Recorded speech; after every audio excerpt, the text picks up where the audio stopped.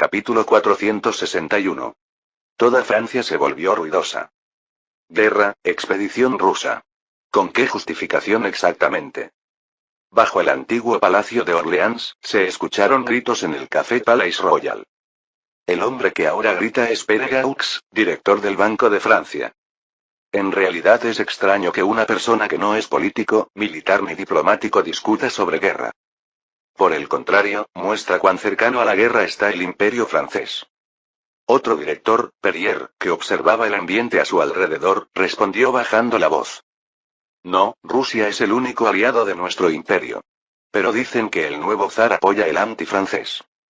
¿Quién es el único aliado? ¿Dónde fue España? ¿Suecia? ¿No son países Batavia y Helvecia?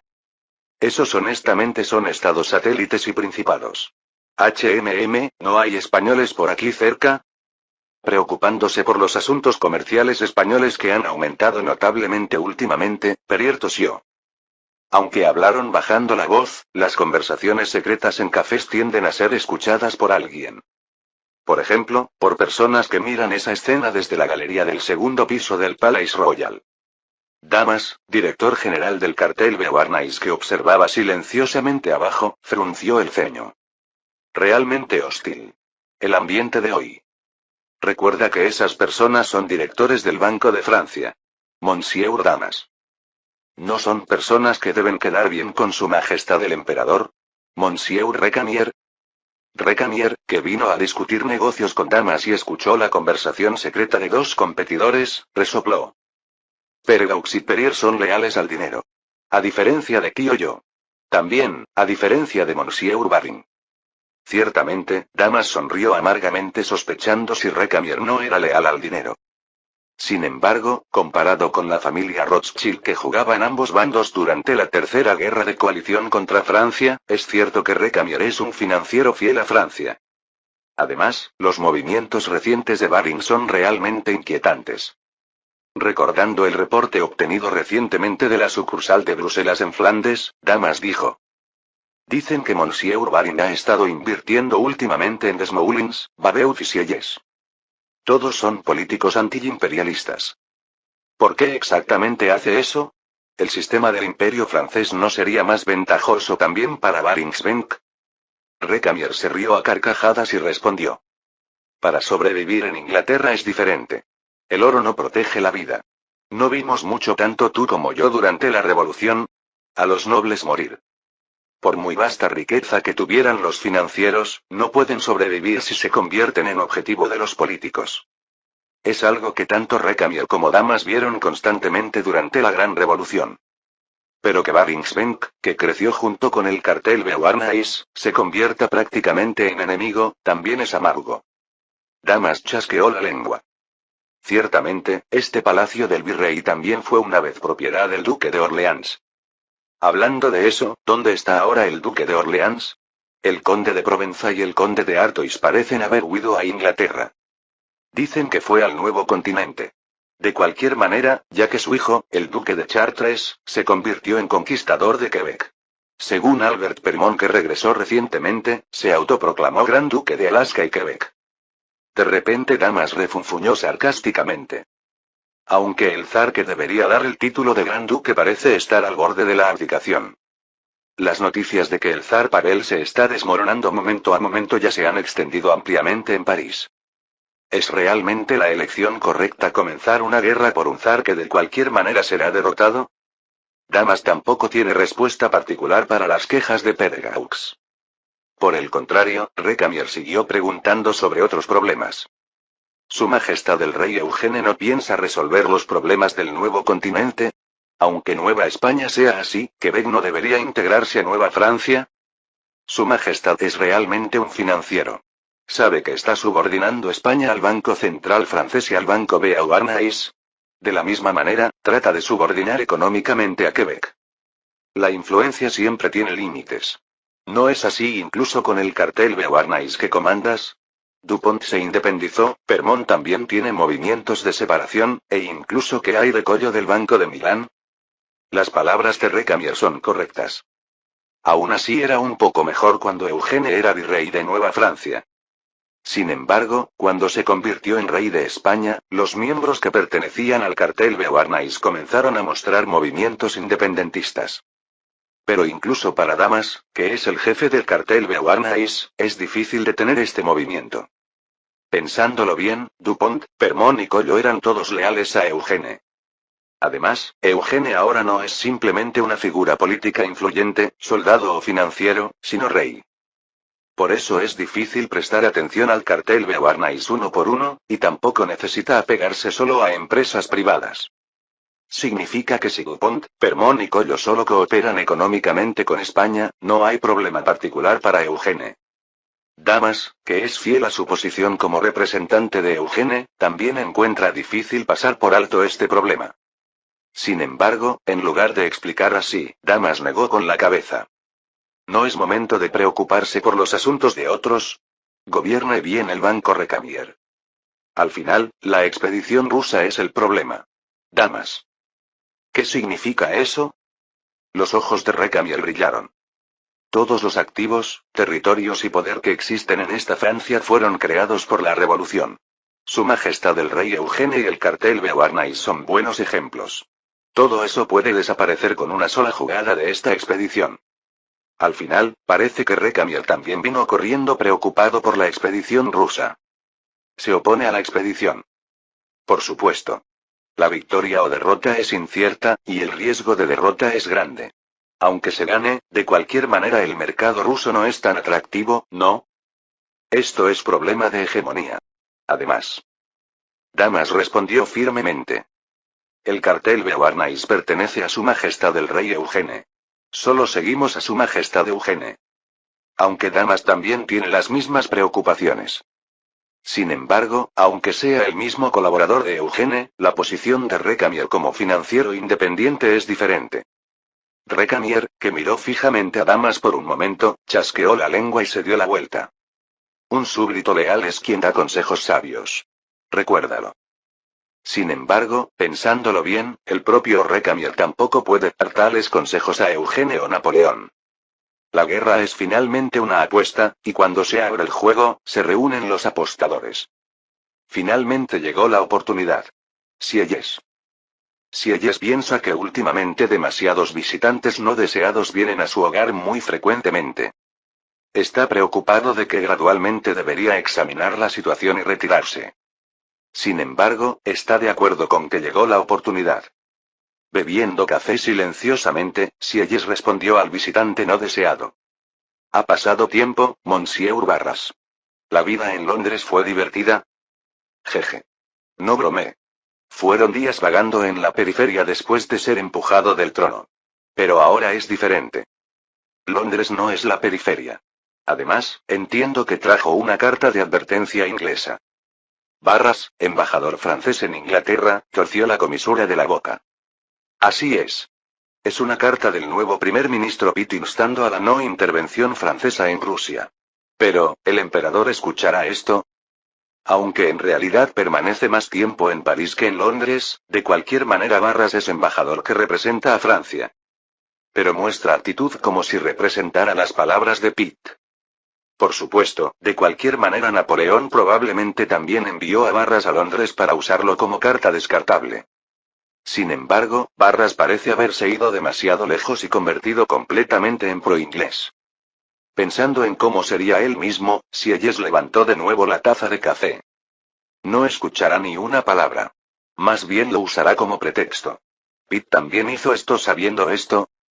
Por supuesto. Creía que el emperador sin duda se lanzaría a la guerra. Construyendo justificaciones para declarar guerra. ¿Cómo están las preparaciones de Inglaterra? ¿Suficientes para amenazar a Francia? Barras miró alrededor y dijo en voz baja. Flotas inglesas de todo el mundo y ejércitos reclutados de las colonias se dirigen hacia Londres. Considerando que este es el hogar de Sieyes, parece que solo quiere verse dramático. Pero la información es ciertamente un asunto que también interesa a Sieyes.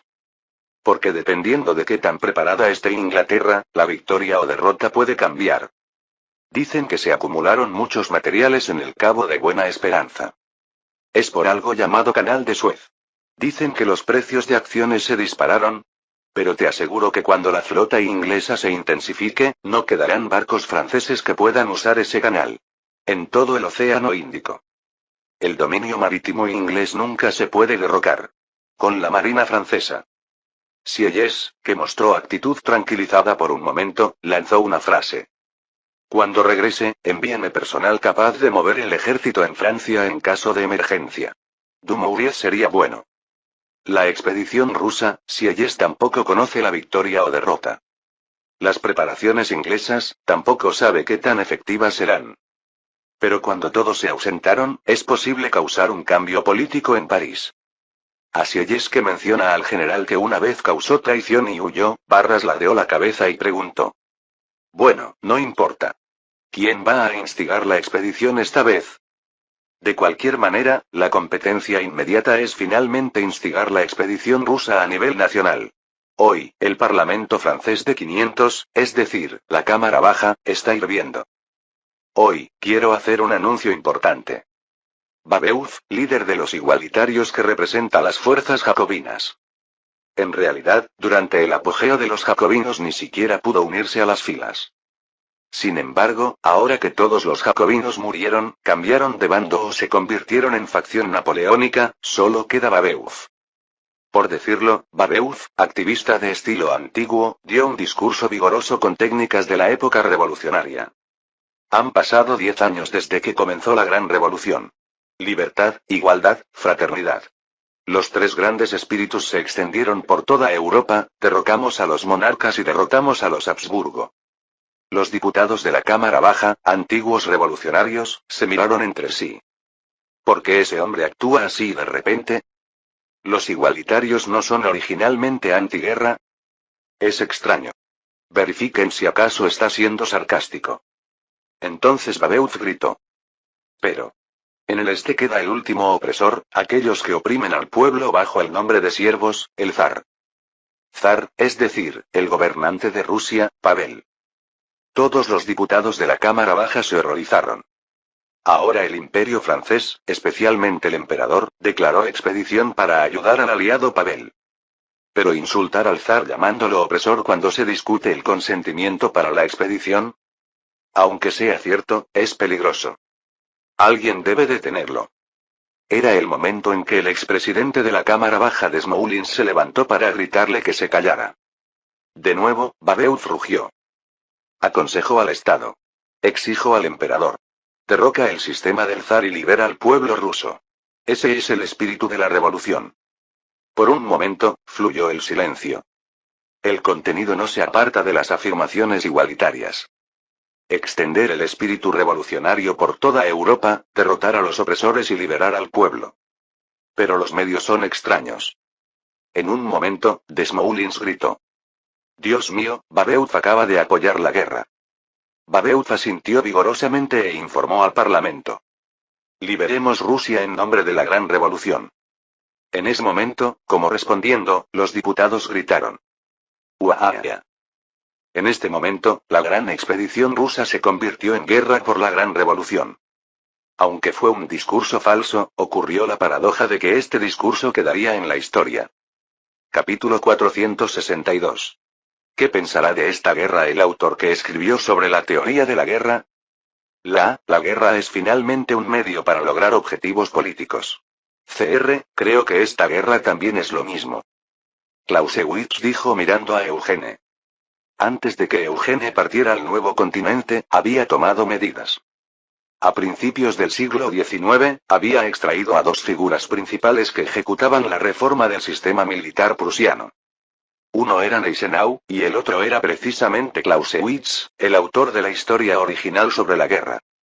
Gneisenau, que estaba relativamente cerca del nivel de general, dicen que aún anda perdido en el Estado Mayor General.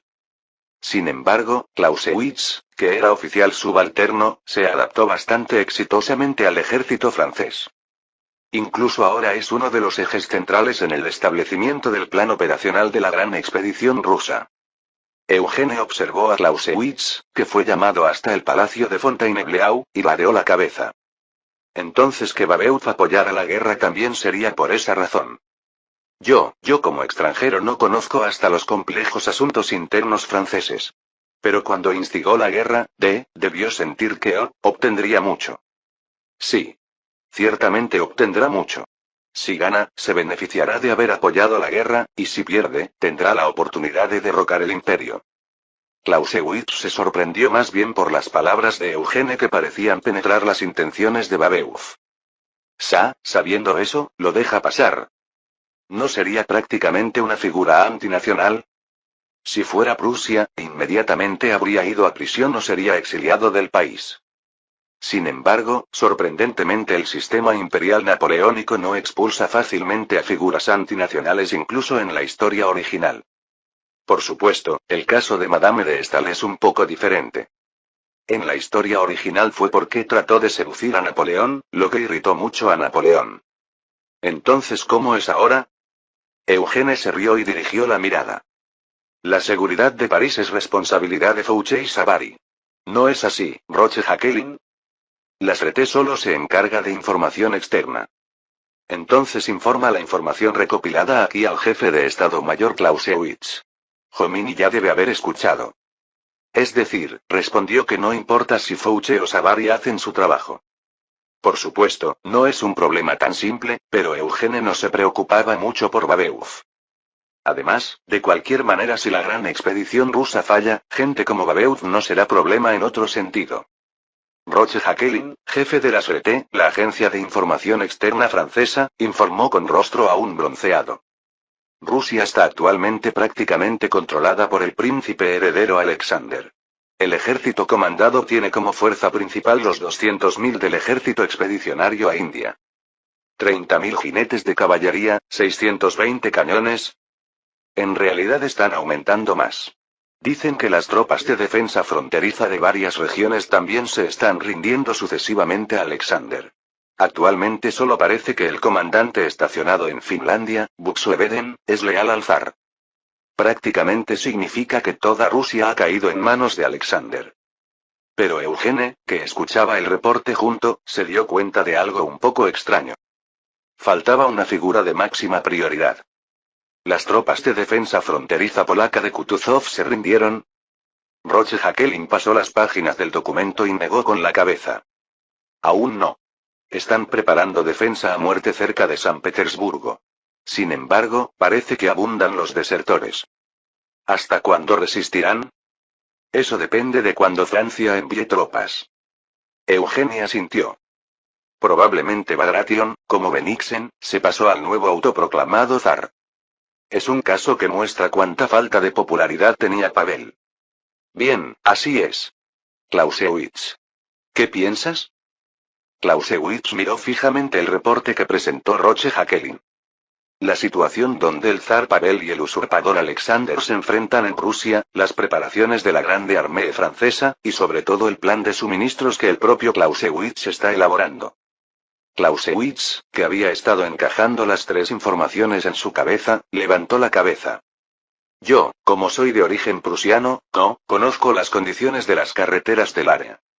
Será un lodazal. No, correcto. El estado de mantenimiento de carreteras es diferente de Francia, Austria y el área de Europa Central. Pero Clausewitz señaló el sur del mapa.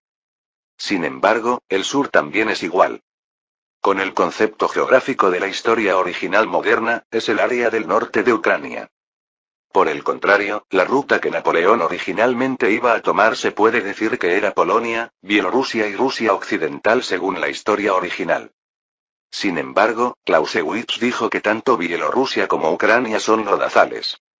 Eugene mostró interés en sus ojos. El general superior Poniatowski propuso la ruta sur. Sé por qué razón. Allí llueve mucho menos. Hacia el sur. Pero no hay ciudades para suministros. Como es área de praderas, solo pueden moverse los cosacos, es decir, los kazacos en su idioma.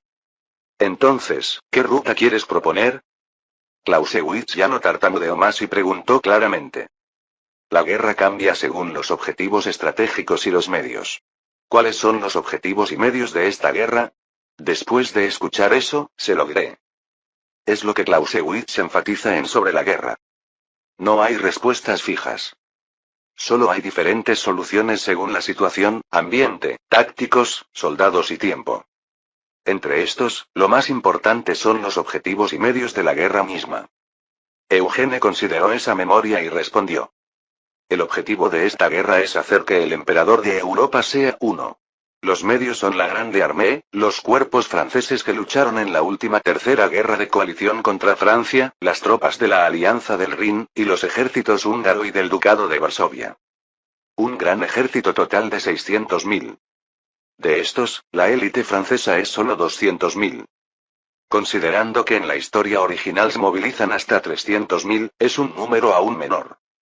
La mayoría de los cuerpos son ejércitos extranjeros. Clausewitz asintió. Entonces debe elegir la ruta norte. ¿Razón? El período actual es primavera, cuando el Rasputitsa acaba de desaparecer. Además, si elige la ruta sur, puede ocurrir un problema grave. La mirada de Clausewitz fijó a Eugene. Hungría, definitivamente traicionará. Precisamente el país donde el rey Carlos aún reina. Originalmente se dice que los tácticos ven situaciones locales, y los estrategas ven situaciones máximas. Las palabras del tartamudo llamado Clausewitz no están equivocadas, Su Majestad. Si Hungría contraataca, el peligro aumentará mucho. Sin embargo, Jomini, que dejó su nombre en la historia original con Arte de la Guerra, también hizo el mismo juicio que el autor de Sobre la Guerra. Cualquiera vería a Hungría como factor de riesgo. Por supuesto, durante el proceso de marcha del gran ejército se pueden usar varios medios. Solo hay que restringir varios elementos desde comandantes, suministros hasta formaciones.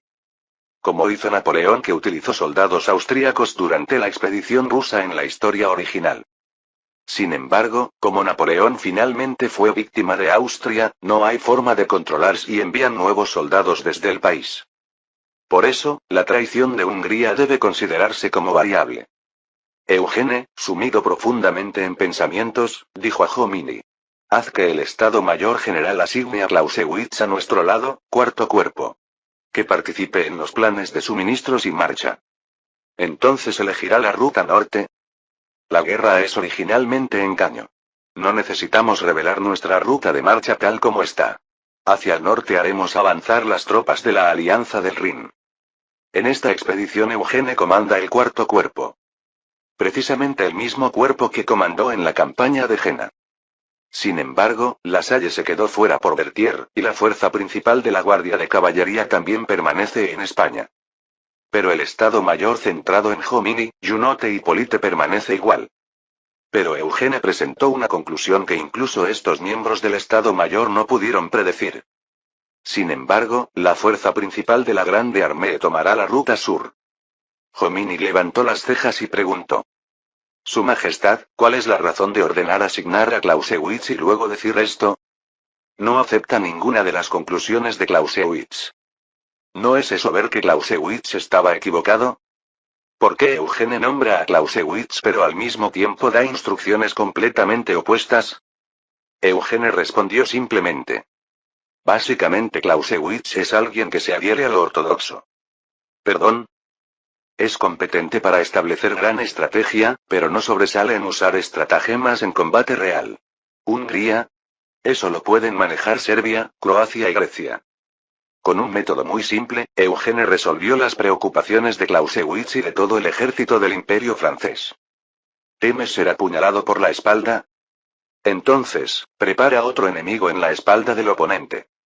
Los ejércitos de Serbia, Croacia y Grecia, que aún no se habían independizado en la historia original, están detrás de Hungría. Así que la parte que preocupa a Eugene es diferente. El problema es la velocidad. ¿Podrá realmente nuestra fuerza principal francesa llegar antes del otoño? En la historia original, Napoleón también se jactó de que llegaría a Moscú antes del otoño. Sin embargo, la marcha se retrasó por carreteras sin pavimentar, lluvia inesperada y epidemias. ¿Podrá Eugene resolver este problema? Roche Jacqueline, que lo acompañaba al lado, frunció el ceño. Es muy ajustado. Actualmente, aunque se están requisando suministros con todas las fuerzas. ¿Producción de conservas? ¿Perdón? Se está transportando urgentemente desde la fábrica de Milán, Italia. Primero está en el depósito de suministros de Venecia, y pronto se trasladará a Varsovia. Eugene miró fijamente el mapa y chasqueó la lengua. Es lamentable que sea difícil usar la ruta de paso por Hungría debido a los montes Cárpatos. Ordena transportar a Viena, Cracovia, Lvov, y hacer un rodeo por el área al sur de Kiev. Si se puede hacer avanzar la Grande Armée hacia Hungría, sería matar dos pájaros de un tiro.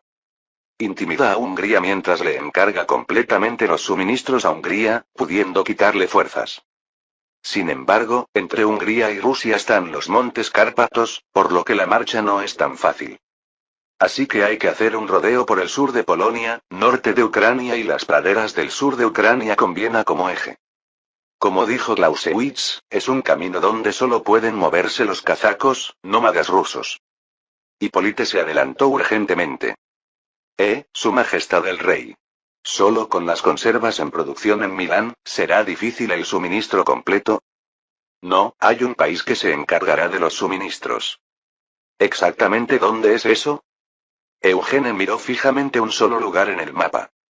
El lugar donde está un país ubicado al sur de la historia original, Ucrania. El emperador miró al rey y preguntó de nuevo. ¿Qué camino vas a tomar? Eugene respiró profundamente. Ahora, la estrategia que presenta Eugene es realmente temeraria. ¿Qué podría ser tan temerario como la gran expedición rusa? Pero es temerario porque es asunto de derrocar el pensamiento del gran estratega que llevó a cabo esa expedición. Sin embargo, si no es temerario, no se puede superar el fracaso de ese gran estratega. Mirando fijamente al gran estratega, Napoleón, Eugene dijo. Es el camino para evitar el Rasputitsa. Rasputitsa, el mar de barro que es como fortaleza de Rusia. Tanto Eugene como Napoleón nunca lo han visto directamente.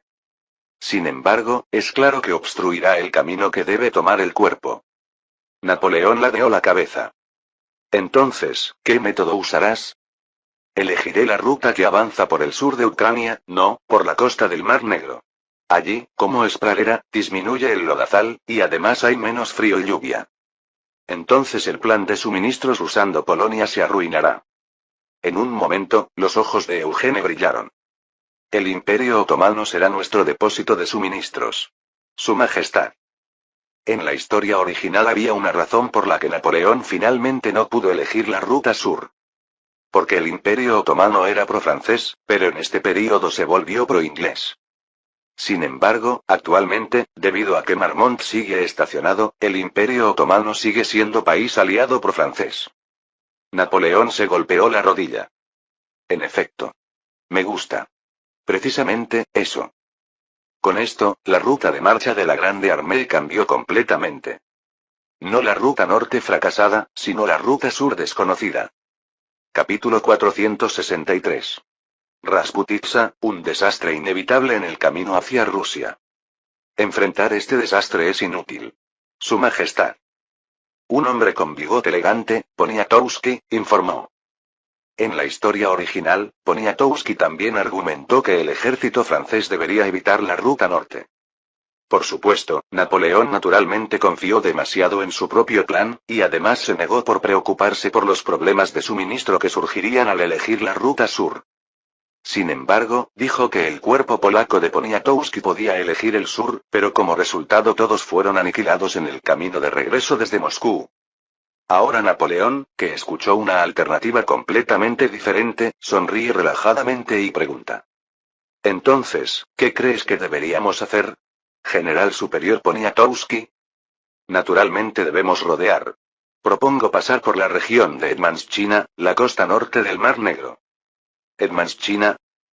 Cuando Napoleón ladea la cabeza ante el término que escucha por primera vez, Poniatowski explica rápidamente.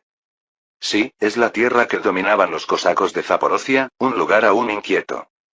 Es una explicación que habría sido mejor no dar. Primero, ¿cómo va a saber Napoleón qué son los cosacos, llamados cossacks en inglés?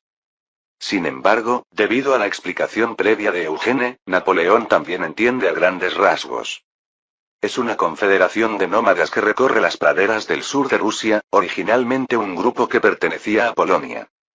Desde que Polonia se desintegró, se subordinó a Rusia como Estado autónomo, y ahora está completamente desintegrado como entidad política. También una cantidad considerable de caballería ligera rusa se recluta de los cosacos. Napoleón también se enfrentó brevemente a ellos cuando luchó contra Suvorov anteriormente. Sin embargo, aún hay quienes recuerdan los días de autonomía, y el sentimiento antirruso también es grande. Pero ¿cómo manejas el problema de suministros? Eso, primero si transporta a través de Hungría. ¿Hungría se someterá dócilmente a nuestro imperio francés? Debería haberla eliminado hace tiempo. O al menos hacer un matrimonio político. Es quejarse de no haber preparado hace tiempo. ¿Pero no era esa preparación algo que Napoleón debería haber hecho? Cuando Poniatowski desconcertado no pudo continuar hablando, Napoleón sonrió ampliamente y preguntó. Entonces, ¿qué tal el Imperio Otomano, general superior Poniatowski? En un momento, Poniatowski abrió la boca de par en par. Su Majestad, ¿cómo exactamente se puede confiar en esos bárbaros que creen en el Islam? Apretar y soltar a la gente, crear confusión y luego hacer que revelen sus verdaderas intenciones es una especialidad de los poderosos. Además, como Napoleón es originalmente caprichoso, puede fácilmente agarrar y sacudir a otros sin siquiera intentarlo. Con cara satisfecha, Napoleón miró a Eugene que observaba desde el lado. ¿No dijiste que sería así, Eugene? Como su Majestad predijo. Por muy eficiente que sea estratégicamente, hay cosas que no funcionan políticamente. Necesitas aprender más. Jeje. A Napoleón que se jacta mucho, Eugene sonríe ampliamente y pregunta. Entonces, ¿qué método sería bueno? Usar el Imperio Otomano es el mejor método. Su Majestad. Herejes, raza diferente, civilización diferente. El Imperio Otomano tiene toda esta extrañeza desde la perspectiva de los europeos. Así que es natural que en la historia original Napoleón finalmente no pudiera elegir al Imperio Otomano como socio. Además, la cúpula militar que comanda el ejército del Imperio francés son hijos más obstinados de la revolución que Napoleón. Napoleón incluso consideró la conversión durante la expedición egipcia de la historia original. Sin embargo, los generales del ejército revolucionario que son encarnaciones del bautismo ilustrado desprecian al Imperio Otomano como sociedad premoderna. ¿Cómo se puede persuadir? Napoleón ladea la cabeza y tuerce la comisura de la boca. Primero, reuniré a todos los mariscales, generales superiores, comandantes de cuerpo y miembros del Estado Mayor para celebrar una reunión. ¿Reunión? Sí. La llamaré reunión conjunta del Comando Supremo Imperial. Napoleón, que le gusta poner nombres elegantes, se ríe a carcajadas y luego se pone serio. No es para obtener operaciones excelentes de todos, sino para persuadirlos. Eugene. Eugene sabe que este es el problema de la estrategia de Napoleón. Que Napoleón librara guerras unilateralmente es, por supuesto, un malentendido posterior. Otorgó autonomía operacional a los comandantes de cuerpo, y la mayoría de los fracasos de Napoleón surgieron de comandantes de cuerpo que movían arbitrariamente sus ejércitos y fallaban. Sin embargo, aunque había un Estado Mayor general, que no surgieran planes operacionales autónomos también se debió a que Napoleón cometía decisiones unilaterales. Pero esta vez, más que escuchar ideas, es necesario hacer cumplir las conclusiones. Allí, lanza una propuesta que no puedan rechazar. Especialmente para persuadir a toda la Grande Armée. Se reunieron las estrellas que lideran el ejército del Imperio francés. ¿Carros de artillería de tracción? ¿Qué es eso? Cuando Bernadotte, comandante del ejército del Ducado de Varsovia, ladea la cabeza, Marmont explica con tono ardiente. Actualmente la artillería se divide en artillería de infantería y artillería de caballería. Su Majestad el Emperador ascendió a esa posición con la artillería de caballería. Eso es un poco exagerado, pero la artillería de caballería es el núcleo de las operaciones de la Grande Armée. Y entonces, los números son demasiado pocos. El costo también, caballos entrenados para el ruido de cañones, artilleros experimentados. Actualmente por título nobiliario Marmont es duque. Sin embargo, por posición militar es general superior, por debajo de Bernadotte que es comandante de tropas estacionadas en el extranjero. También es por eso que necesita explicar inmediatamente el nuevo tipo de unidad de artillería. Por eso, es necesario crear tropas especializadas en carros que lideren la artillería de infantería. Esta es la unidad de carros de artillería de tracción. Actualmente, el cuerpo del área del Becia la usa principalmente. En resumen, es una versión que fortalece la movilidad de la artillería de infantería. En la historia original real también es la causa de cambiar el protagonista del campo de batalla de caballería a artillería. Aunque aún no se han mostrado mucho las escenas de artilleros realizando bombardeos concentrados. Bernadotte sonríe y pregunta. Interesante, Duque Marmont de Nápoles. Entonces tú también participas. ¿No te quedas en Nápoles? Jeje, yo también quiero ser rey una vez esta vez. Realmente tienes grandes sueños. Qué bueno, por ser miembro de la familia Bonaparte. Bernadotte, que había estado siendo ligeramente sarcástico, brilló los ojos. Este Bernadotte también debe lograr méritos esta vez. En el lado opuesto, también hay generales a quienes les alegra más ver camaradas recién encontrados que la ambición. Oye, Davout. Te veo aquí. ¿Has estado estacionado en la Confederación del Rin? Ha pasado tiempo, Brune. Debes haber estado cómodo en París. Vine porque Su Alteza el Virrey, no, Su Majestad el Rey de España me convocó. Todo el personal del cuarto cuerpo se reunirá también. Oh, parece que también vino Soult. Cuando Brune, comandante de cuerpo de la guardia directa del emperador, se ríe a carcajadas, Soult se acerca y saluda. Ha pasado tiempo. Su Excelencia el General Superior Brune. ¿No habías ido a España? ¿Cuándo regresaste? ¿No viene Suchet?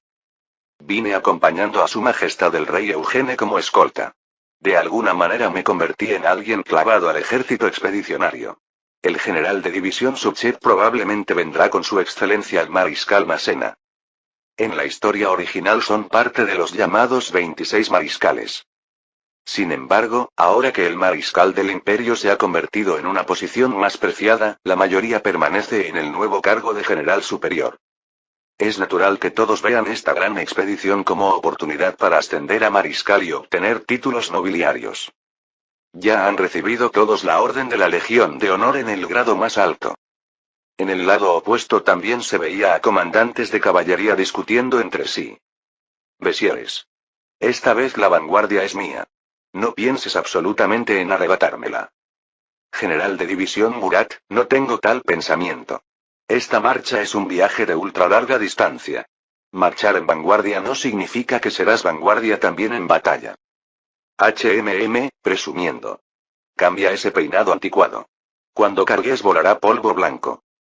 Esto se burla de que Besieres se adhiere al estilo de cabello con polvo de cal que hacían los nobles en la época del ancien régimen. De cualquier manera, en este lugar solo Besieres tiene pintura blanca en la cabeza. Escuchando los gritos de Murat, un mariscal frunció el ceño. Ruidoso, TSK. Entonces un general de aspecto sólido se paró frente al mariscal haciendo saludo militar. Ha pasado tiempo. Su Excelencia el Mariscal Augereau. No, ahora debería llamarlo Su Excelencia el Duque de Montenotte. La ARP. Ha pasado tiempo. Como no has mostrado tu cara últimamente, pensé que habías muerto. No se preocupe. Viviré más que usted. Con una cara alegre que no se había visto antes, el taciturn Mariscal Augereau agarró fuertemente su mano. ¿Tú también participas? Como también vendrá Massena, si viene el abuelo Serorier, sería perfectamente el equipo de la expedición italiana. Para tanto Augereau como la ARP, la expedición italiana es una campaña imposible de olvidar. Porque participaron juntos en esa expedición, existe hoy Augereau llamado mariscal fundador del imperio. También la ARP, que fracasó en Suiza y se desesperó después de saltar a la revolución, fue salvado. Por supuesto, el mayor beneficiario de esa campaña sería naturalmente el emperador. La ARP respondió con ojos nostálgicos.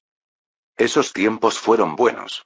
Pero el general superior Serorier probablemente se quedará protegiendo París. ¿Qué tiene de malo dar gloria una vez al viejo? Su Majestad el emperador también es tacaño. ¿No es más bien consideración? Dicen que esta expedición será difícil. De repente la ARP sonrió con cara incómoda e hizo una broma. Circulan rumores de que Su Majestad el Emperador quiere hacer guerra por haber obtenido hijos bastardos de una mujer polaca y la esposa de un oficial agregado militar de la embajada americana. El problema es que la mitad es cierto. Sin embargo, no puede ser que el emperador cause guerra por escándalo. El mariscal Augereau también resopló y negó con la cabeza. Para nada. Pero se alegraría de que el asunto ruidoso de bastardos o bastardas se calme. Su Excelencia el Duque no tendrá hijos bastardos, ¿verdad? Yo soy fiel a mi esposa. Como acabo de casarme pero tengo que partir a la guerra, llora todos los días. TSK. Precisamente en 1809, Augereau acaba de casarse. Después de que su primera esposa Gabrielle muriera en 1805, recientemente conoció y se casó con su segunda esposa Adelaide. Como es solo una niña de 19 años, parece que tiene miedo de que Augereau vaya al campo de batalla. La Harp se rió y mostró interés en los ojos. Oh, Su Majestad el Emperador y Su Majestad el Rey están viniendo. Al salón central del Palacio de Fontainebleau entraron el emperador francés y el rey de España. Todos de pie. Saludo a Su Majestad el Emperador y Su Majestad el Rey.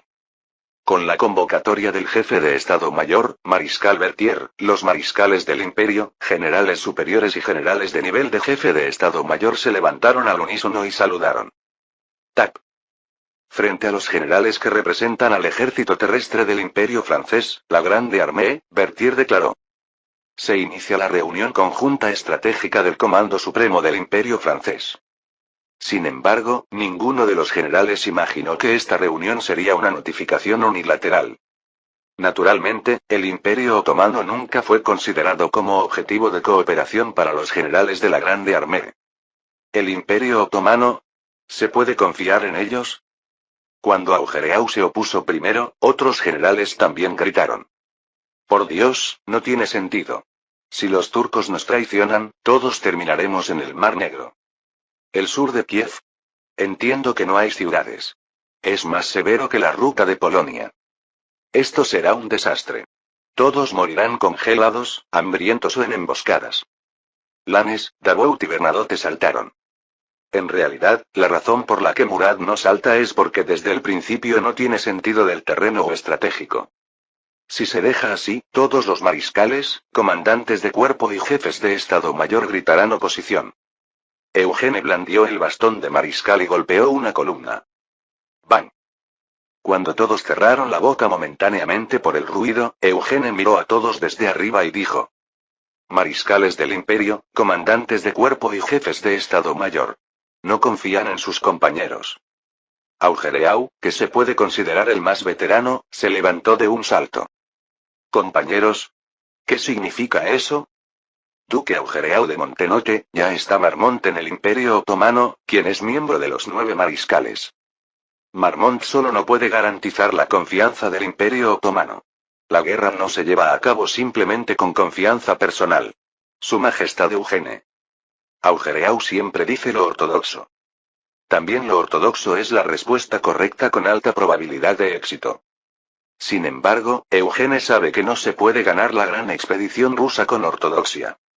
Eugene respiró profundamente y abrió la boca. Eso, yo iré personalmente a resolverlo. Augereau parpadeó. Su Majestad, ¿qué acaba de decir? Yo iré personalmente al Imperio Otomano a recibir confirmación de este problema. A cambio tengo una petición para Su Majestad el Emperador y una solicitud para ustedes. Es demasiado peligroso. Cuando otros mariscales, comandantes de cuerpo y jefes de Estado Mayor también iban a oponerse, Napoleón levantó la mano. Escuchemos la historia. ¿Qué me vas a pedir? Eugene miró fijamente a Napoleón. En esta guerra la velocidad y el cronograma son la máxima prioridad. Si no va a pasarse al próximo año, debe comenzar la marcha este mes. Y entonces, cuando yo obtenga la confirmación del otomano, usted y yo debemos encontrarnos en el Mar Negro. Los ojos de Eugene brillaron. Tan pronto como yo parta, por favor envíe todas las tropas. Esta es la propuesta de Eugene que tanto Napoleón como todos los mariscales del Imperio no pueden rechazar.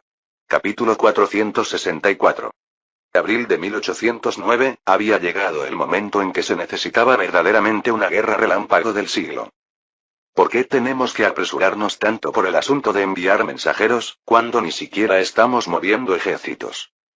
De repente, Hippolyte, que cabalgaba junto a Eugene, no pudo contenerse más y gritó. Durante todo este tiempo bajo el mando de Eugene, Hippolyte realmente había dado casi media vuelta al mundo. Primero, cuando Eugene aún era joven, habían navegado juntos a Martinica, también llevó a cabo la expedición de Oriente, luego fue de nuevo al nuevo continente, y también se dirigió a Sudamérica como enviado especial. Así que pensó que se había acostumbrado a los viajes de larga distancia, pero aparentemente era difícil soportar una vez más el viaje a caballo. Eugene espoleó su caballo y respondió. Pues porque hasta Estambul son al menos 2800 kilómetros. No, este tipo de cosas se las deberías encargar a un embajador. A un enviado especial. ¿No sería bueno enviar a Talleyrand a Rochechouart? Estás equivocado. Si no voy personalmente, será difícil persuadir a cualquiera de los dos lados. De repente, con el polvo que volaba, Eugene también frunció ligeramente el ceño. Hay mucho polvo. En fin, tanto Su Majestad el Emperador, como los mariscales, y también el sultán. La persuasión lógica no mueve a las personas. Las personas, en cualquier época, están destinadas a reaccionar a las acciones. La razón por la que las personas finalmente siguen cuando alguien en posición de liderazgo se sacrifica a sí mismo es precisamente por eso. Además, esta vez a quien Eugene debe persuadir no es solo a sus aliados. En ese momento, el mayor Champo, comandante de la guardia de caballería que cabalgaba junto a ellos guiando el camino desde el frente, gritó. Su Majestad, aparición de caballería al frente. Oh, detengan los caballos. Wow, wow. Posición defensiva. Mientras el grupo se sorprendía y detenía sus caballos, Eugene redujo la velocidad y dijo. No parece que haya peligro. Parecen ser quienes vinieron a recibirnos. ¿Eh? Este lugar es una zona fronteriza que limita con el Imperio Otomano. Para llegar aquí, Eugene había ido de Fontainebleau a Marsella, luego cruzó el norte de Italia y pasó por la costa occidental de los Balcanes que se había convertido en territorio del Imperio francés. Pero se ve ondear la bandera del Reino de Grecia. Por supuesto, esta área es una frontera donde Grecia y el Imperio Otomano colindan, pero esa bandera no es algo que cualquiera pueda usar. El grupo que ondeaba la bandera del rey, y al frente de ellos apareció una cara familiar. Su Majestad Eugene, realmente ha pasado mucho tiempo desde que nos vimos. Eugene recibió con una cara muy alegre a quien había venido a recibirlo. Su Majestad el Rey Constantinos, nos encontramos aquí. ¿Cómo supieron que veníamos? Había un amigo que llegó antes. ¿Quién? No debería haber ningún enviado especial que haya ido más rápido que nosotros. Cuando el rey griego Constantinos dirigió su mirada, otra persona familiar saltó de las filas. Soy yo. El mejor apostador de París. El vendaval de Francia. El húsar que quedará en la leyenda. Lasalle. Esta vez Eugene realmente se sorprendió. Lasalle no puede participar en esta guerra por petición de Berthier. Además, no lo habían enviado de vuelta a España desde el principio. Pero había aparecido en un lugar inesperado sin órdenes reales. Eugene, perplejo, se llevó la mano a la cabeza y respondió. Primero, tú no apuestas bien. ¿No hubo una vez que perdiste 200.000 francos en un mes? Perder también es habilidad. Un apostador sin habilidad no puede perder grandes cantidades. No estoy nada de acuerdo con eso. Te dije que reflexionaras en Madrid después de causar problemas, ¿por qué viniste hasta aquí? Entonces Lasalle se rió y le guiñó el ojo a Eugene. Pues solo tenía que largarme de París y no participar en la guerra. Aquí no es París, y el séquito de Su Majestad tampoco es un ejército. Por supuesto, el ejército que Eugene comandaría, el cuarto cuerpo de Jena, iba a ser dirigido por Junot. Pero si Berthier se enterara de que usaba este tipo de artimañas, ¿no se enojaría? Mientras Eugene reflexionaba por un momento sobre cómo debería manejar esto, Hippolyte se rió y le aconsejó. Realmente no tiene remedio. Después instrúyale al mariscal Junot que lo haga dar vueltas con el equipo militar completo, Su Majestad. Más bien creo que le gustaría aún más. Hippolyte. Vaya, es un juicio preciso, Su Majestad. Jaja. Eugene frunció el ceño ante el último comentario que añadió Lasalle. Sin embargo, Lasalle era definitivamente la mejor carta de comandante de caballería para Eugene. No podía ordenarle que regresara a París o Madrid desde aquí. Entonces Constantinos preguntó con cara preocupada. Más bien, Su Majestad Eugene, ¿realmente va a persuadir a los turcos para que participen en la guerra? Esos tipos no tienen palabra. Al parecer, para los europeos del siglo XIX, el Imperio Otomano era un símbolo de desconfianza. De hecho, no había más remedio. porque el método del Imperio Otomano era llamar para negociar y luego atacar por sorpresa. Aún así, Eugene había tenido confianza en esta persuasión para la participación desde el principio. Eugene sonrió ligeramente. Mi amigo, Su Majestad Constantinos. No vine aquí porque confiara en los turcos. ¿Eh? ¿Qué quiere decir con eso? Solo traje una propuesta que no pueden rechazar. De repente, Eugene entrecerró los ojos y miró hacia el este. El Imperio Otomano no tiene más remedio que participar en esta guerra. Solo dependía de si esa participación sería rápida o tardía. En 1809, el Imperio Otomano se encontraba verdaderamente en una situación difícil. Incluso siendo aliados de Francia, es así. Rey de España. Mustafa IV, de 31 años, era el Padishah sultán establecido por el Imperio francés. Originalmente había ascendido como un títere. Pero ahora, bajo la asistencia del gran visir Hussein Pasha y del comandante de las fuerzas de ocupación francesas Marmont, estaba logrando un reinado considerable. El aspecto próspero de Constantinopla que vio Eugene al entrar también sería un ejemplo de ello. Sin embargo, al entrar al palacio de Topkapi, Mustafa solo estaba soltando sonidos muy lamentables. Conozco la razón, Su Majestad. ¿Dices que la conoces? Que todo es culpa de Francia, que perdimos territorio y se alienó el corazón del pueblo, y que no podemos expandirnos hacia el exterior otra vez. También sé que no puede avanzar hacia Persia. Eugene ignoró las miradas de los súbditos del Imperio Otomano que lo observaban y preguntó sonriendo. Sin embargo, Gran Sultán Mustafa. Actualmente el Imperio Otomano está recibiendo enormes fondos franceses.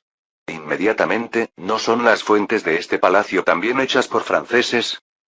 Fuera de la ventana de la sala de audiencias del palacio de Topkapi, el sonido del agua de la fuente artificial brotando era estruendoso. SHHHH. Esa fuente, junto con innumerables edificios e instalaciones, había sido instalada en Constantinopla. Naturalmente, no era capital del propio Imperio Otomano, sino que la mayoría eran fondos invertidos por comerciantes franceses. El sultán Mustafa, que se había sobresaltado, puso los ojos en blanco. Aún así, no será tanto como el dinero que ustedes ganan con el canal de Suez. De todas formas, el Imperio Otomano no lo habría podido construir. No habrían podido evitar que Egipto se independizara. Era diferente antes de que ustedes llegaran. Mustafa rugió señalando a Eugene. Francia nos quitó los Balcanes, Siria y Egipto. Derribaron el imperio que construyeron nuestros grandes ancestros. Realmente Francia le había quitado enormes territorios al Imperio Otomano. También, al firmar un tratado de no agresión con Persia, hizo difícil la expansión externa imprudente. Pero se dice que en los territorios perdidos se construye un canal y se generan enormes beneficios. Este mismo lugar, Constantinopla, la ciudad que los turcos llaman Constantinille, es el trasfondo por el cual no puede evitar albergar sentimientos antifranceses. Sin embargo, Eugene estaba tranquilo, y Mustafa frunció el ceño. No te sorprendes. Rey de España. Porque sé que no es su verdadero sentimiento, Su Majestad. Ja. ¿Acaso usas lectura de mentes? Sí, tienes razón. Mustafa, ignorando a sus súbditos desconcertados, o más bien gritando algo que solo el gran visir Hussein Pasha entendería. Yo sé que lo que ustedes llaman modernización es importante. También aprendí que no es solo el tamaño del territorio, sino la población, la educación y el desarrollo lo que importa. Pero no todos los súbditos y nobles lo entienden.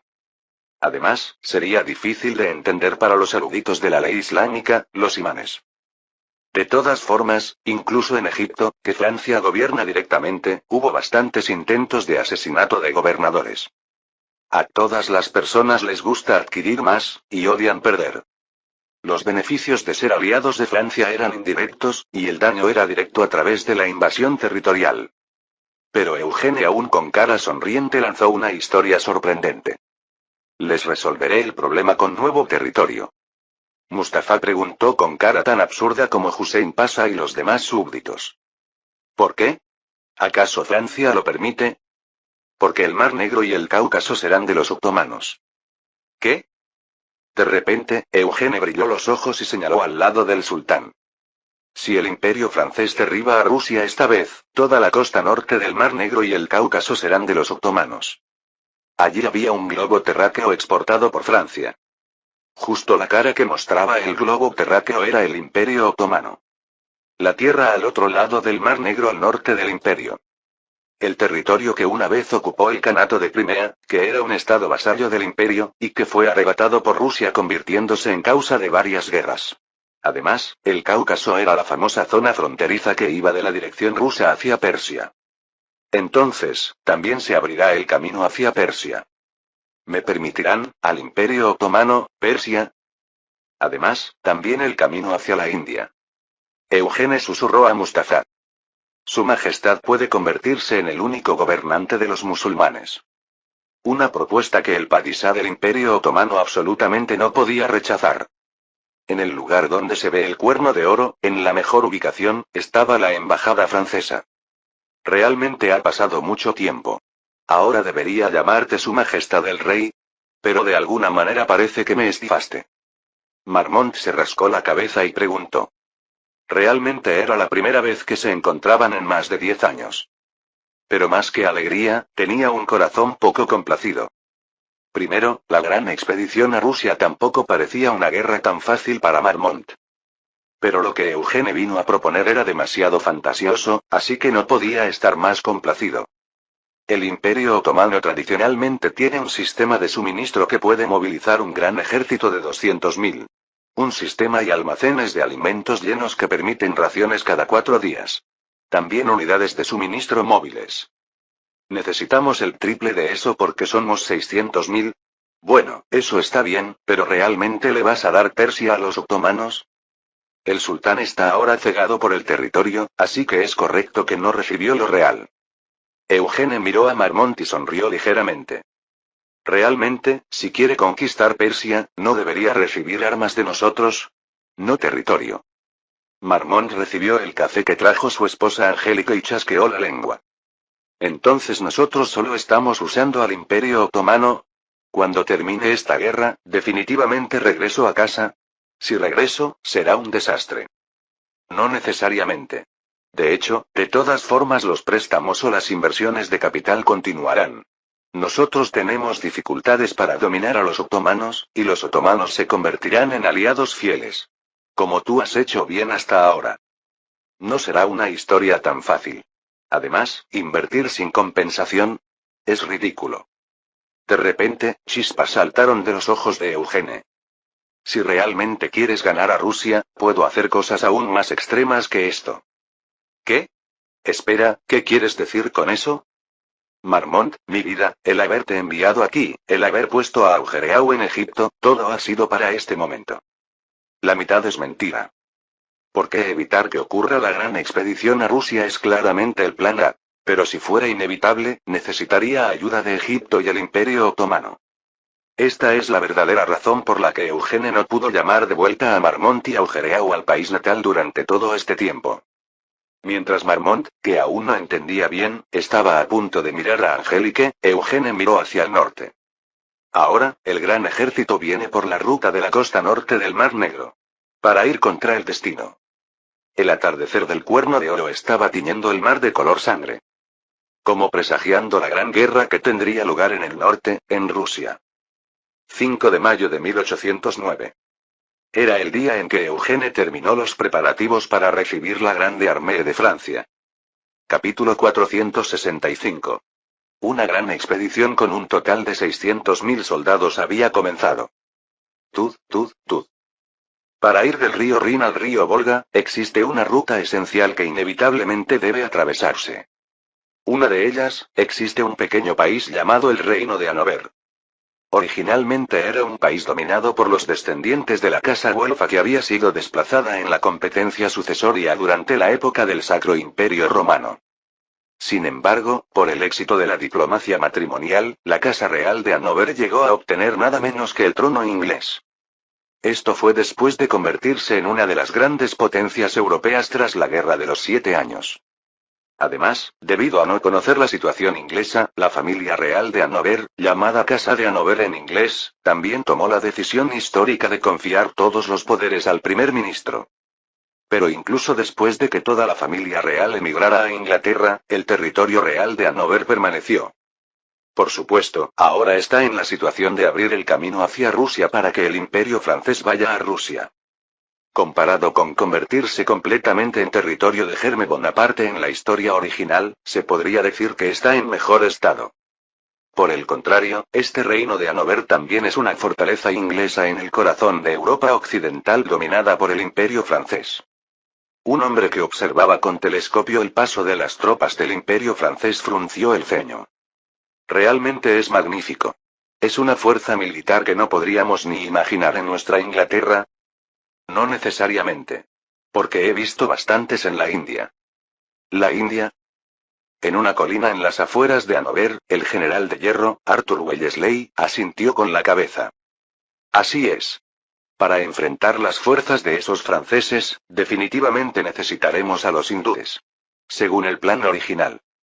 El hombre que sostiene el telescopio junto a Wellesley es el vizconde Castlereagh. Es quien dirigió las operaciones diplomáticas ordenadas por Pitt en Europa, usando el área de Hannover como base. También fue el instigador de la guerra civil del zar, la causa de la gran expedición a Rusia. Sin embargo, incluso el experimentado vizconde Castlereagh quedó boquiabierto ante el plan de Wellesley. Porque era un plan demasiado temerario de traer soldados hindúes desde la India. General Wellesley, respeto a su hermano. Mi hermano es ciertamente una gran persona. Después de todo, puso la mayor parte de la India bajo el gobierno de la Compañía de las Indias Orientales. Pero también sé que todo eso fue gracias a su estrategia, táctica y victorias. Solo por los informes. Castlereagh realmente respeta a Richard Wellesley, quien fue embajador anterior en España y al mismo tiempo gobernador general de la Compañía de las Indias Orientales. Porque es el modelo de un diplomático excelente y el responsable de hacer de la India prácticamente una colonia británica.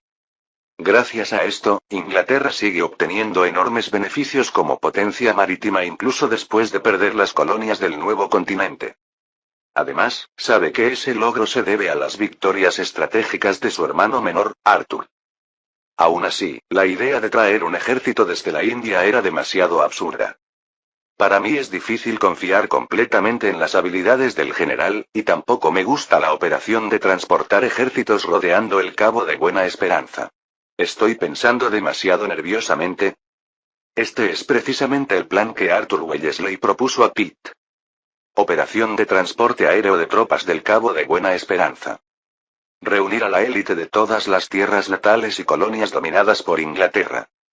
Después, cuando el imperio francés haya consumido tropas en guerra en el continente europeo, llevar a cabo operaciones de desembarco en Flandes o Portugal. Y así, acabar con Napoleón. Parece grandioso a primera vista, pero tiene demasiados movimientos arriesgados. Pero Wellesley negó con la cabeza y respondió tranquilamente. Ese es el plan B, Lord Castlereagh. El plan A es diferente. Oh, ya veo. ¿Será un plan más realista?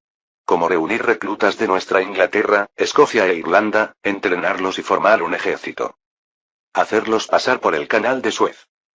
De repente, Wellesley miró las filas que se habían detenido para recibir suministros de alimentos de Hannover y torció la comisura de su boca. Ese es el camino más rápido y sabio. Además, podríamos tener tiempo para acostumbrar a los soldados hindúes al clima europeo. Pero al escuchar las palabras Canal de Suez, el vizconde Castlereagh gritó perplejo. Ese es un plan loco, general Wellesley. Mire esa marcha. El gran ejército liderado por el emperador del imperio francés. ¿Inglaterra no puede hacer algo así? No, esa es una marcha terrestre. Además, Suez es territorio francés. Sin embargo, el general de hierro Wellesley, quien más tarde sería llamado el Duque de Hierro en la historia original, fue firme. Si Francia mueve 600.000 soldados desde París hasta Moscú, nosotros debemos trasladar 200.000 hindúes desde la India hasta Flandes. Ese es el poder del imperio de Gran Bretaña que domina Asia. De hecho, el gran ejército visible ante sus ojos son aproximadamente 150.000 hombres. La Guardia Imperial de Lannes que parte desde territorio francés, el I Cuerpo de Brune, el tercero cuerpo de Augereau, y el cuarto cuerpo comandado por Junot. A esto se suma el segundo cuerpo de Massena estacionado en España, el V-cuerpo de Moreau acuartelado en Austria, y el sexto cuerpo de Bernadotte del Ducado de Varsovia que participará. Sin embargo, incluso sumando todas esas tropas, son aproximadamente 200.000 incluyendo caballería y artillería. De los 600.000 del gran ejército que se jactaba del total, los 400.000 restantes están completamente compuestos por fuerzas extranjeras. 200.000 son tropas que se unirán desde la Confederación del Rin, 50.000 son tropas forzosamente requisadas de Prusia, 50.000 es la cuota que Hungría debe cubrir, y 100.000 son polacos del Ducado de Varsovia. La caballería son nada menos que 100.000 con 150.000 caballos, y se dice que hay aproximadamente 600 cañones. Cuando obtuvo esta información asegurada en el reino de Hannover, Wellesley se convenció. Sin importar cuánto sea derrotado Napoleón en Prusia, para que Inglaterra gane, debe reunir fuerzas del mundo entero. Y necesita las tropas de élite del ejército terrestre que Wellesley comandaba en la India. Castlereagh frunció mucho el ceño y preguntó. Entonces, ¿exactamente cómo planeas transportar 200.000 hindúes por el canal francés? Es simple. Los barcos de transporte sin armas, transportando solo tropas de manera dividida, pueden disfrazarse como barcos comerciales. Especialmente si usamos Goa, que es territorio portugués, será aún más fácil. De Goa a Aden, y luego a Suez. Es demasiado temerario. Goa es una ciudad portuaria en el sureste de la India que es territorio antiguo de Portugal. En la historia original posterior, Portugal la dominará hasta después de la Segunda Guerra Mundial. Si no son barcos que vienen de colonias británicas, es fácil engañar a los administradores del canal de Suez. Además, toda la atención de Francia está actualmente concentrada en Rusia, no en Inglaterra. Por lo tanto, debe tener éxito en la operación de transporte antes de que Francia e Inglaterra entren en guerra total completa. Naturalmente, esto es una apuesta. Pero sin apostar, ¿se puede vencer a Napoleón? Lord Castlereagh. El hombre que debemos enfrentar es un loco que moviliza 600.000 para conquistar Rusia. Para vencer a tal persona, nosotros también debemos apostar. Ante la afirmación de Wellesley, Castlereagh suspiró mirando nuevamente la marcha de los cuerpos de la Grande Armée. Regresaré al país natal y solicitaré al señor primer ministro. ¿El general se quedará más tiempo en Hannover? Debo confirmar qué ruta toma esa Grande Armée. Según los rumores, la ruta de Polonia es la más probable, pero debo verlo con mis propios ojos para confirmar si es correcto. Haga como guste. Sin embargo, la apuesta del general podría no ser aceptada. Ante la advertencia del vizconde Castlereagh, el general de la misma edad, Wellesley, se rió a carcajadas. Ja ja ja. La aceptarán. El primer ministro Pitt también habrá apostado todo en esta guerra. Como yo. A lo lejos, el gran ejército de 150.000 comenzó a marchar nuevamente. Clank, clank, clank. Wellesley observó desde la colina hasta que esa formación desapareció. En algún lugar de esa marcha, estaría Napoleón. Pensando en el adversario que enfrentaría en el futuro, los ojos de Wellesley brillaron. Entonces, veamos las habilidades del emperador para ver a dónde va. Después de todo, si Napoleón puede conquistar Rusia también dependía de la marcha. Berlín, la capital del reino de Prusia que hasta hace exactamente 2 años era el núcleo antinapoleónico. Damos la bienvenida al ejército del Imperio francés. El rey de Prusia Friedrich Wilhelm III recibió al gran ejército de 150.000 con cara desolada. Sin embargo, Wilhelm III no recibió solo las tropas que vinieron del oeste. Salió junto con 50.000 soldados de infantería prusianos completamente armados. Son las tropas del ejército expedicionario a Rusia que serán enviadas al este por orden del emperador. El rey de Baviera, Maximiliano José I, bajó de su caballo y tomó la mano de Wilhelm.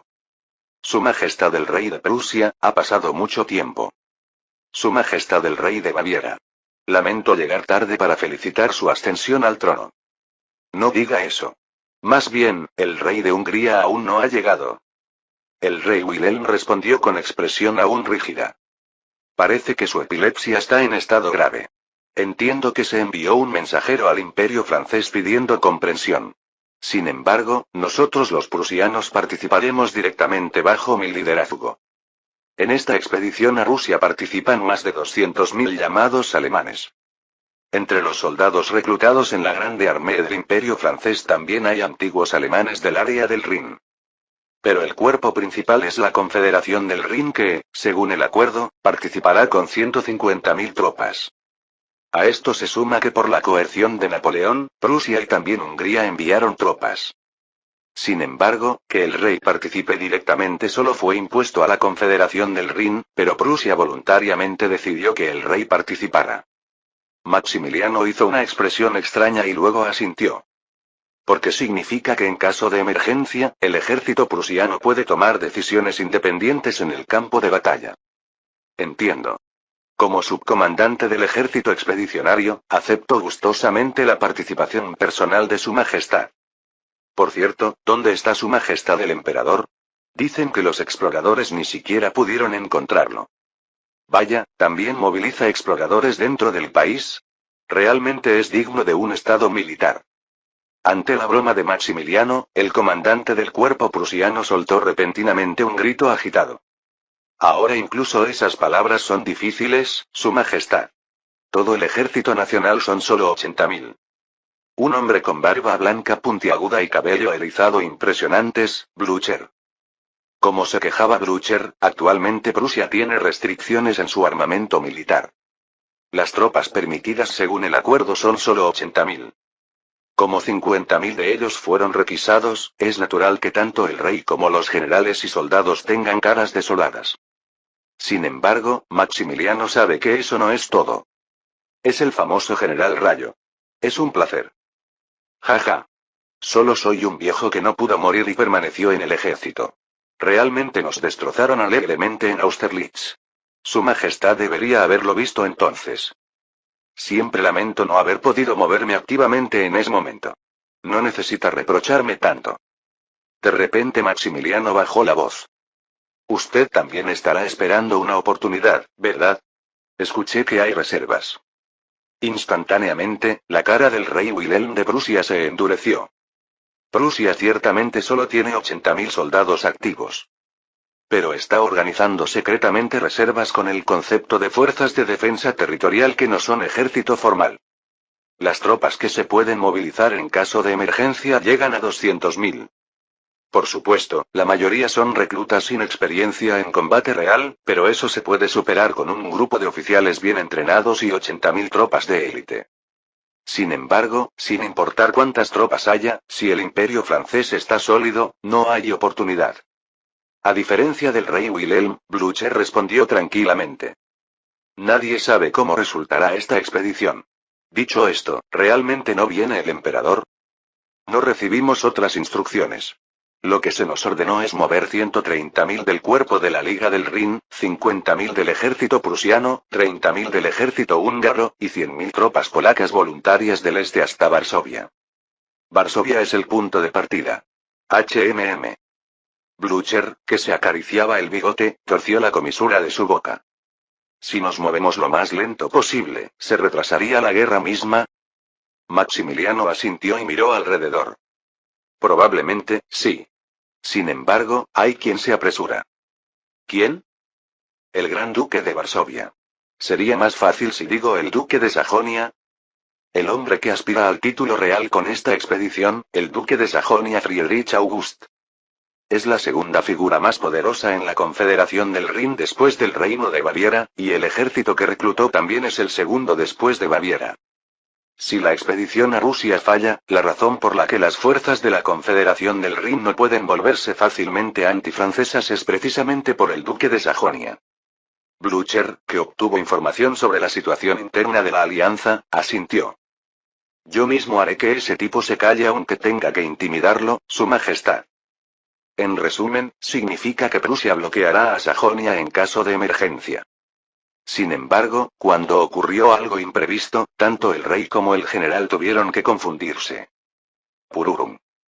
Varsovia, en la ciudad que originalmente debería ser dominada por el gran duque August, apareció una persona inesperada. Les doy la bienvenida a todos los que han venido aquí. Jaja. Soy el gran duque de Bohemia, Louis Bonaparte. En lugar de Su Alteza el Gran Duque de Varsovia que participa directamente, estoy a cargo del suministro de esta guerra. El gran duque de Varsovia, Friedrich August, salió con cara descontenta. Ya era una situación donde no podía mantener la dignidad como gran duque porque Poniatowski y Bernadotte ejercían el liderazgo. Pero que incluso el suministro sea manejado por el gran duque de Bohemia, no podía gustarle. Ha pasado tiempo, gran duque Bonaparte. Por cierto, ¿dónde está su majestad el emperador? ¿Se refiere a mi hermano? Vaya, ¿aún no se han enterado? ¿De qué habla? Hacia el gran duque de Varsovia confundido, Louis Bonaparte habló como si fuera obvio.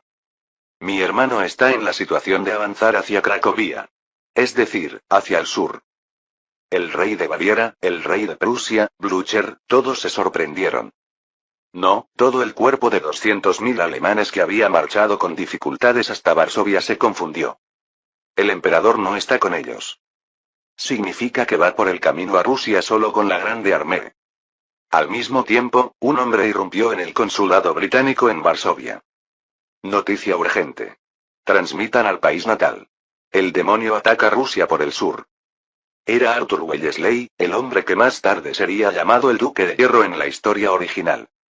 Finales de abril de 1809. La Grande Armée que tomó por sorpresa a Europa estaba avanzando hacia el sureste de Europa Oriental. Fin del capítulo 465.